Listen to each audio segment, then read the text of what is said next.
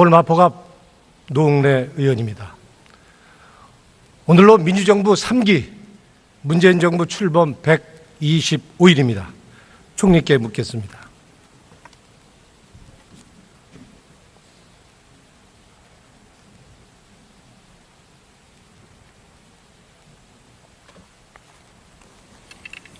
예, 수고 많으시죠. 예. 문재인 정부 한마디로 뭐라고 규정할 수 있습니까? 예. 그냥 역대 정부마다 이름을 붙이곤 합니다만 문재인 정부는 그냥 문재인 정부라고 부르고 있고요. 국정과제상의 제목은 아시다시피 국민의 나라, 정의로운 대한민국, 그리고 선거 때는 나라다운 나라를 표방했습니다. 지금 말씀하신 것은 정파를 뛰어넘는 국민의 힘에 의한 정부다. 네. 그리고 국민을 위한, 국민에 의한 정부다. 이렇게 규정할 수 있겠죠. 네, 뭐 그렇게 규정해 주시면 고맙겠습니다. 그래서 끝까지 성공하는 정부가 돼야 됩니다. 그것이 역사의 소명이고 국민의 명령이다. 그래서 긴장의 끈 놓으면 안 된다. 네. 맞습니까? 네. 총리는 책임 총리 역할을 대통령으로부터 부여받으셨죠. 네. 책임 총리의 역할은 뭡니까? 일상적인 국정은 총리가 최종적인 책임자라는 자세로 임하는 것, 그것을 책임 총리라고 생각하고 있습니다. 대통령께서도 그렇게 저에게 말씀을 주신 바가 있습니다. 조금 가까이 얘기해 주실까요? 예, 예, 예. 그게 전부입니까? 예, 국정을 책임 총리와 관련해서는 국정을 세 가지 부류로 나눕니다. 첫째는 외교안보 통일처럼 옛날부터 전통적으로 대통령이 직할하는 그런 분야가 있고요. 또 하나는 이번에 일자리라든가 저출산 극복이라든가 4차 산업혁명처럼 대통령이 특별히 관심을 가지시는 분야. 그리고 세 번째는 그 이외의 일상적인 국정 이러는데요. 첫 번째 것은 총리가 내각을 통해서 도와드리는 역할을 해야 되고요. 두 번째, 대통령의 특별한 관심사항은 내각을 통해서 대통령의 철학을 이행하는 역할을 해야 되고, 세 번째 일상적인 국정은 내각이 책임을 가지고 해야 된다. 이렇게 파악하고 있습니다. 우리 헌법을 보면 내각을 통할하는 역할을 하시죠. 네. 그죠? 내각, 우리 장관도 제청권이 있으시고 네. 해임 권위도 할 수 있으시고 네. 맞습니까? 네. 그런데 총리의 존재감이 안 보인다 하는 여론에 대해서 인정하십니까? 네, 총리가 매번 튀는 것이 꼭 바람직하다고 보지는 않습니다만 제가 할 일은 다 하려고 최선을 다하고 있다, 이 말씀을 드립니다. 박기영 과학혁신본부장 임명파동 한번 보겠습니다. 박 교수는 그 자리가 아닌 거를 세상이 다 아는데도 임명이 됐습니다. 아니라라는 여론이 빗발쳤습니다. 본인의 사퇴 거부 기자회견이 이어졌고 청와대는 이를 옹호하는 입장 발표가 있었습니다. 결국 여론에 밀려서 물러났습니다. 당시 총리는 책임 총리로서 구체적으로 어떤 역할을 하셨습니까? 예, 좀 무리가 있다는 저의 의견을 청와대에 전달을 한 바가 있습니다. 그러나 뭐 불필요한 얘기인지 모르겠습니다만 해임 건의의 대상은 아닙니다. 국무위원급이 아니기 때문에요. 행정부를 총괄하는 총리로서의 역할을 안 보였습니다. 아니, 법률적으로 인사에 관해서 총리가 관여할 수 있는 것은 제한적으로 규정이 되어 있습니다. 그것이 중요하다는 얘기는 아닙니다만, 그러나 몇 자리 좀 국민의 뜻에 어긋나는 것 같다는 건 제가 의견을 말씀을 드리고 있습니다. 그동안 고위공직자 5명이 낙마하는 과정에서도 총리는 안 보였습니다. 네, 매번 총리가 보여야만 한다고 생각하지는 않습니다. 낙마자들 중에서 상당수에 대해서는 이대로 가서는 안 되겠다는 뜻을 제가 청와대에 전달한 바가 있습니다. 책임 총리 역할 하실 겁니까? 안 하실 겁니까? 최대한 노력을 하고 있습니다. 헌법에 보장된 역할 하셔야죠. 대통령이 부여했는데 네. 왜 안 하십니까? 책임 총리 역할. 저는 안 하고 있다고 생각하지 않습니다. 제가 공짜밥 먹고 있지 않습니다. 책임 총리 역할을 청와대가 하고 딴 사람이 한다고 그러면 안 되는 거 아닙니까? 많은 그동안의 부처 간의 의견 차이가 있거나 또는 국민들 사이에 여러 가지 의견이 있었던 정책들을 조정해낸 것은 대부분이 저였습니다. 제가 그걸 매번 제 얼굴을 내세워야 된다고 생각하지는 않습니다. 그러나 그런 작업들이 내각 내에서 총리를 중심으로 이루어지고 있다는 건 틀림없는 사실입니다. 보이게 하십시오. 정책이고 예산이고 책임 총리로서의 역할 거듭 하셔야 말씀드리지만 됩니다. 얼굴 내미는 것이 목표는 아닙니다. 어떻게 하면 정책들이 빨리 연착륙할 수 있을 것인가, 그게 저의 역할이라고 생각합니다. 필요할 때는 노하는 역할을 해주셔야 됩니다. 네, 체크 앤 바란스 역할을 해주셔야 됩니다. 그래야지 끝까지 성공하는 정부 됩니다. 네. 기대합니다. 새 정부가 추진하는 개혁과제 박수 많이 받고 있습니다. 근데 전선이 너무 넓다라는 지적이 있습니다. 적어도 뭐부터 할지 우선순위 있어야 되지 않습니까? 예, 국정과제에 포함되어 있거나 대통령의 공약에 포함된 사항 중에서 속도 조절에 들어간 것이 어느 것이다 하는 건 이미 아실 겁니다.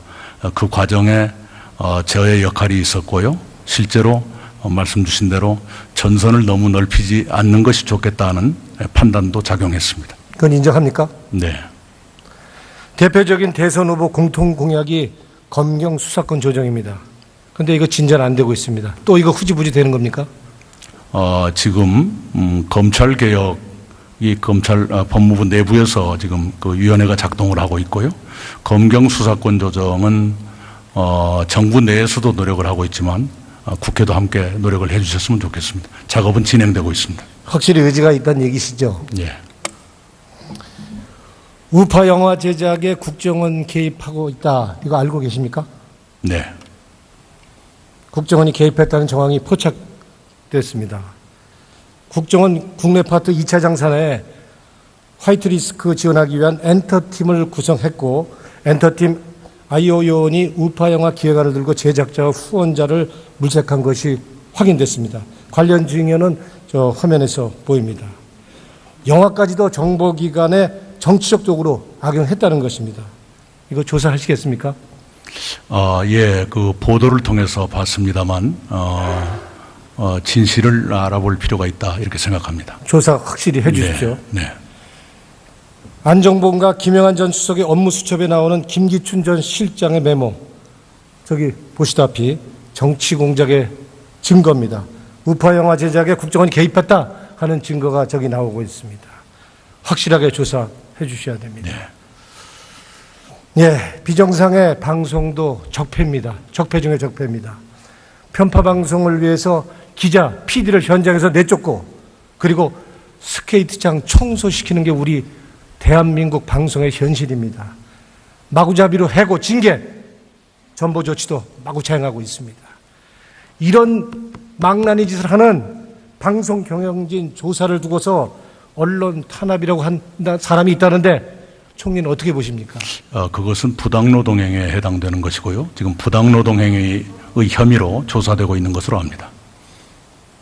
정치 권력이 편집권, 제작권 관여하고 PD, 기자 탄압하는 게 언론 탄압 아니에요? 네. 아닙니까?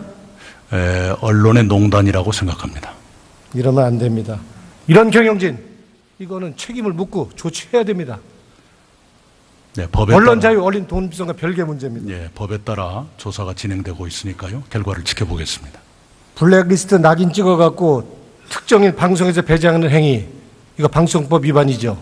네, 일종의 사내 블랙리스트라고 하는 걸로 파악이 되고 있는데요. 그건 이미 헌재에서도 중대한 헌정 질서에 대한 도전이다 이렇게 규정된 바가 있습니다. 방송법 4조 2항 위반입니다. 방송의 독립성 논란, 이게 정권이 바뀌었는데도 똑같다 그러면 이건 안 되겠죠. 네. 대책이 뭡니까? 어떻게 하실 겁니까? 아까도 말씀드린 것처럼 부당노동행위는 부당노동행위대로 이른바 블랙리스트는 블랙리스트대로 법에 따라 조치가 돼야 한다고 생각합니다. 또 방송 정치적으로 이용하시겠습니까? 정치 권력이? 정치 권력의 방송 장악은 다시는 없어야 되고요. 그것이 가능하다고 생각하지 않습니다. 정권이 바뀐 것만큼 세상이 바뀌었다는 거 확실히 언론의 독립, 공정성을 통해 보여주셔야 된다고 봅니다. 네, 동의합니다. 여전히 끝나지 않은 민간인 학살 사건 묻겠습니다. 1980년 5월에 광주 주남마을과 송암동 등에서 10일 공수여단, 우리가 잘 아는 이 병사들이 지나가는 버스에 사격해서 승객 15명이 살해되고 2명은 안매장됐습니다. 또 집에 있던 마을 주민 3명을 끌어내어 총살을 했습니다. 더 구체적인 거인데 너무 잔인해서 표현은 안 하겠습니다. 검찰이 이 잔악행위를 조사하고서도 왜 기소하지 않고 덮었는지, 반인도적인 범죄인 민간인 학살 사건에 대해 재조사할 용이 있습니까? 네, 지금 국회에 최경환 의원님 그리고 김동철 의원님이 각각 5.18 조사를 위한 특별 법안을 내고 있습니다. 그런 법안이 국회에서 빨리 심의돼서 통과되길 바랍니다. 법에 기초한 재조사를 광주는 원하고 있고 정부 또한 광주 시민들의 의견에 따를 생각입니다. 반인도적 범죄, 헌정질서 파괴 범죄, 이거 검소시효 적용 안 되죠? 네. 예, 확실하게 조사해 주십시오. 이 과도한 가계통신비, 이것도 전형적인 적폐입니다. SK, KT, LG, U+, 이 국내 이동통신 3사의 시장 점유율을 한번 볼까요? 15년째 계속 50대 32집의 비율로 가점 구조를 유지하고 있습니다. 이거 봐주지 않으면 이게 가능합니까? 예, 담합을 했든지. 네, 공정거래위원회가 지금 조사를 거의 끝내가고 있으니까요. 곧 그 결과가 나올 거라고 생각합니다. 대통령 공약대로 대폭적인 통신비 인하를 위해서는 제4 이동통신 이거 출범시켜서 경쟁체제 만들어야 된다 이렇게 보는데 어떻습니까?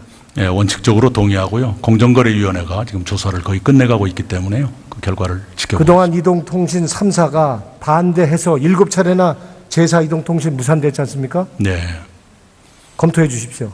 예. 인구절벽 들어보셨죠? 네. 올해 우리나라 출산율 세계 최저국가 됩니다. 올해 출산율 얼마 됩니까? 이대로 가면 1.1 수준까지 떨어질 걸로 우려됩니다. 대통령 1.03 얘기하셨는데 1.01도 얘기하시는 거 아닙니까? 네. 예, 33만 명. 작년보다 8만 명, 예. 7만 5천 명 줄어들게 되어 있습니다. 생산 가능 인구도 마찬가지로 올해부터 줄어듭니다. 인구 절벽의 재앙 심각하겠죠? 네. 아시죠? 얼마나 심각한지. 네. 네. 이거 전체 국가 차원의 국정과제입니다. 이제 보건복지부로는 정책 준비가 어렵다는 거 인정합니까? 예. 그래서 대통령 직속의 위원회 설치를 위한 시행령이 의결됐습니다. 곧 구성을 할 것입니다. 인구정책 총괄기구 구성해야 되겠죠? 네. 대통령이 그 위원회 위원장을 맡으시게 될 겁니다. 부처 차원이 아닌 겁니다, 이거는. 네네. 그리고 예? 사무국도 따로 설치할 것입니다. 모든 전체국의 정책과 예산, 인구론적 관점에서 해야 됩니다. 네. 이제는 당연히 인구 전문가도 영입하시겠죠. 네. 하셔야 됩니다. 12년간 저출산 예산으로 우리나라 124조 퍼붓습니다. 효과 없습니다. 이거 저출산 예산 운영 원점 재검토해야 되겠죠. 네네. 검토하셔야 됩니다. 네. 이대로는 재앙입니다. 예. 전술핵 재배치. 송영무 국방장관이 이쪽 저쪽 가서 지금 전술핵 재배치 할 수 있다, 할 용이 있다 이렇게 얘기하는데 이거 정부 내 협의가 된 겁니까? 네, 협의되지 않았고요. 아까도 말씀드린 것처럼 국방장관은 의원님의 질의에 대한 답변 과정에서 모든 가능한 옵션들을 검토할 수 있다. 그런 원론적인 답변을 했고요. 정부로서는 고려하지 않고 있습니다.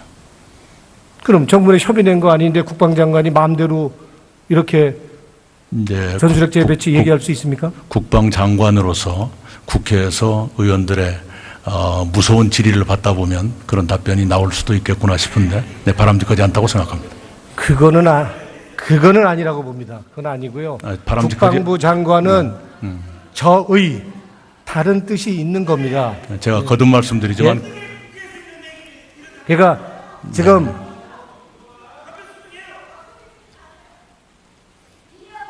네, 거듭 말씀드리지만 그런 답변은 정부 내에서 논의된 적이 없고요. 그렇기 때문에 정부가 바로 공식 입장을 밝힌 바가 있습니다. 우리 국방부 장관이 정신없는 분 아니잖아요. 뭔가 숨은 뜻, 복선 뭐가 있을 겁니다. 그 네. 뜻이 뭔지 얘기하실 수 있으세요? 그냥 정신 나가서 얘기한 건 아니잖아요. 그러나 국회의원을 꽤 했던 저도 국회 나오면 정신이 나갈 때도 있습니다. 공적으로는 정신 나가면 안 되시죠. 예.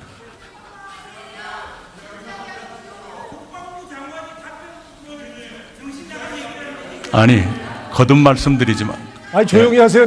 제가 제 질문이지 제가 않습니까? 답변 드리겠습니다. 거듭 말씀드리지만 질문에 답변하는 과정에서 모든 가능한 옵션을 검토할 수 있다. 그렇게 말씀하신 거지. 그런데 비중을 두어서 고려하고 있다. 이런 답변은 아니었습니다. 내년이 임시정부 수립 100주년이죠. 네. 문재인 대통령이 8.15 견축사에서 말씀하셨습니다. 임시정부 기념관 건립을 추진하겠다. 이렇게 얘기하셨죠. 맞습니까? 네. 이 적극 추진을 위해서 과거 대한민국 역사박물관 건립 당시에 정부 지원의 건립 추진을 구성한 바 있습니다. 이 선례처럼 이 정부적인 임시정부 기념관 건립 추진이 검토하실 수 있겠습니까? 네, 역사박물관의 선례를 참고해 가면서 임시정부 기념관 건립을 추진하겠습니다. 중국 사드 제재가 도를 넘고 있습니다. 중국의 한국 기업에 대한 단속 지나치게 폭력적이고 한번 보겠습니다. 국제 관례를 벗어나고 있는데 우리 외교부 뒷짐만 지고 있습니다. 어떻게 보세요? 중국에서 많은 일이 벌어지고 있습니다만 모든 것이 사드하고 관련이 있다라고 단정하려면 그만한 좀 조사가 필요하다고 생각합니다. 그것도 좀 더 조사해 볼 필요가 있다고 생각합니다. 저기 화면에 아까 보시는 것처럼 중국 검시단 직원이 한국인이 운영하는 공장의 문틈으로 총을 쏘고 저기 보입니다. 예? 망치로 시설을 부수고 방어견 쏴 죽이고 네. 저거는 단속이 아니죠. 폭력이죠. 대단히 뭐 중국이기 때문에 저런 일이 벌어지고 있다는 건 아닙니다만 어느 나라에서건 바람직하지 않은 비문명적인 일이 벌어졌다고 생각합니다. 이 중국에 있는 한국 기업 피해 사례 조사하신 적 있습니까? 알아보고 있습니다. 그러나 굉장히 어디까지가 사드하고 관계된 것인지 또 워낙 그 방법이 우회적이거나 간접적인 경우도 있기 때문에 딱 선을 긋기가 쉬운 일은 아니다. 이런 양해 말씀을 드립니다. 정부는 이 중국의 과도한 단속행위, 이 폭력행위에 대해서 공식적으로 항의한 적 있습니까? 관계 부처가 그런 일에 대해서는 시정을 요구하고 있습니다. 앞으로 이런 폭력행위 있을 때 어떻게 하실 겁니까? 앞으로도 그런 데 대해서는 항의하고 유감 표시하고 확실하게 하실 시정을 겁니까? 요구해야 된다고 생각합니다. 원성이 지금 찾은 거 들리십니까? 네. 확실하게 할 말은 해야 됩니다. 네. 중국이라 하더라도 미국이라 하더라도 예. 해야 되겠죠? 네. 예, 고맙습니다. 감사합니다. 으로부터 부여받으셨죠? 네.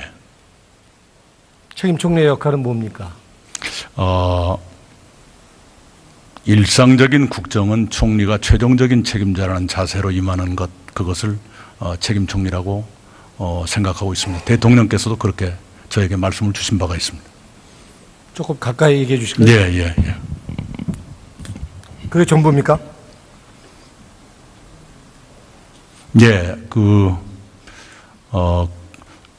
국정을 책임 총리와 관련해서는 국정을 세 가지 부류로 나눕니다. 첫째는 외교안보 통일처럼 옛날부터 전통적으로 대통령이 직할하는 그런 분야가 있고요. 또 하나는 이번에 일자리라든가 저출산 극복이라든가 4차 산업혁명처럼 대통령이 특별히 관심을 가지시는 분야. 그리고 세 번째는 그 이외의 일상적인 국정 이러는데요. 첫 번째 것은 총리가 내각을 통해서 도와드리는 역할을 해야 되고요. 두 번째 대통령의 특별한 관심사항은 내각을 통해서 대통령의 철학을 이행하는 역할을 해야 되고, 세 번째 일상적인 국정은 내각이 책임을 가지고 해야 된다, 이렇게 파악하고 있습니다. 우리 헌법을 보면 내각을 통할 총리로서의 역할 거듭 하셔야 말씀드리지만 됩니다. 얼굴 내미는 것이 목표는 아닙니다. 어떻게 하면 정책들이 빨리 연착륙할 수 있을 것인가, 그게 저의 역할이라고 생각합니다. 필요할 때는 노하는 역할을 해 주셔야 됩니다. 네, 체크 앤 바란스 역할을 해 주셔야 됩니다.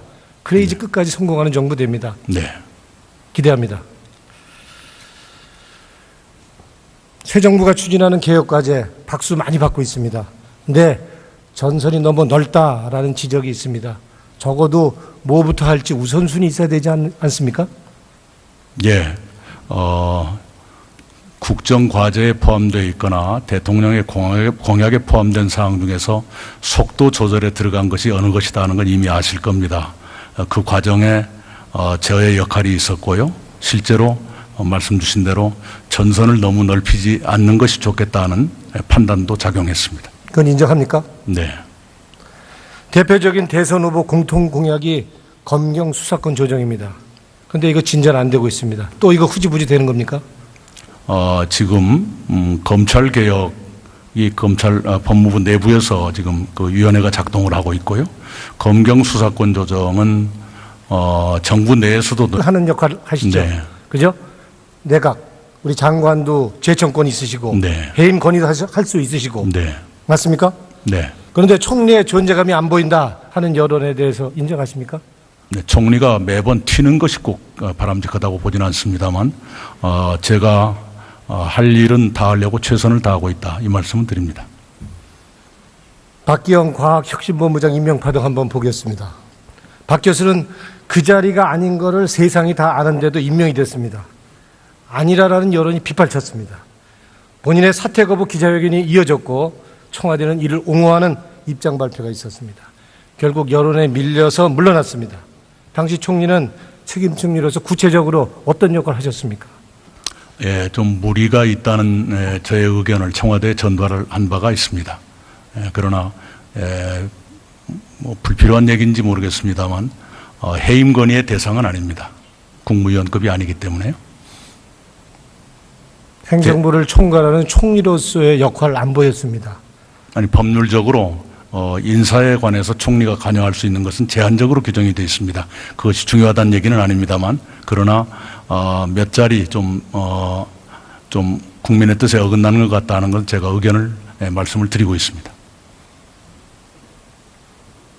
그동안 고위공직자 5명이 낙마하는 과정에서도 총리는 안 보이셨습니다. 네, 매번 총리가 보여야만 한다고 생각하지는 않습니다. 낙마자들 중에서 상당수에 대해서는 이대로 가서는 안 되겠다는 뜻을 제가 청와대에 전달한 바가 있습니다. 책임 총리 역할 하실 겁니까? 안 하실 겁니까? 최대한 노력을 하고 있습니다. 헌법에 보장된 역할 하셔야죠. 대통령이 부여했는데 네, 왜 안 하십니까? 책임 총리 역할. 저는 안 하고 있다고 생각하지 않습니다. 제가 공짜밥 먹고 있지 않습니다. 책임 총리 역할을 청와대가 하고 딴 사람이 한다 그러면 안 되는 거 아닙니까? 많은 그동안의 부처 간의 의견 차이가 있거나 또는 국민들 사이에 여러 가지 의견이 있었던 정책들을 조정해낸 것은 대부분이 저였습니다. 제가 그걸 매번 제 얼굴을 내세워야 된다고 생각하지는 않습니다. 그러나 그런 작업들이 내각 내에서 총리를 중심으로 이루어지고 있다는 건 틀림없는 사실입니다. 보이게 하십시오. 정책이고 예산이고 책임 볼마포가 노웅래 의원입니다. 오늘로 민주정부 3기 문재인 정부 출범 125일입니다. 총리께 묻겠습니다.